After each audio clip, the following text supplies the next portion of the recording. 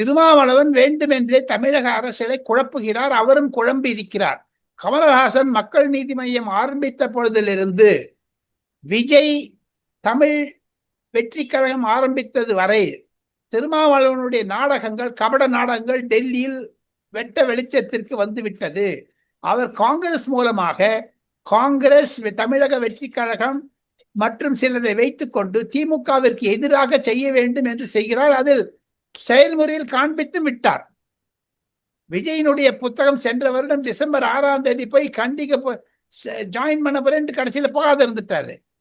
Chief minister பார்த்தாரு. எது இருப்பினும் அந்த நான் மீண்டும் மீண்டும் சொல்லுவது மாதிரி இது கொள்கை கூட்டணி அல்ல, இஎம்ஐ கூட்டணி என்று தான் சொல்லுகிறார்கள். மாதத்திற்கு சந்தா வருகிறது, அதுதான் அந்த கூட்டணி. ஆக மொத்தம் கூடிய விரைவில் திருமாவளவனை அடையாளம் கண்டு கொள்வார் மு.க.ஸ்டாலின்.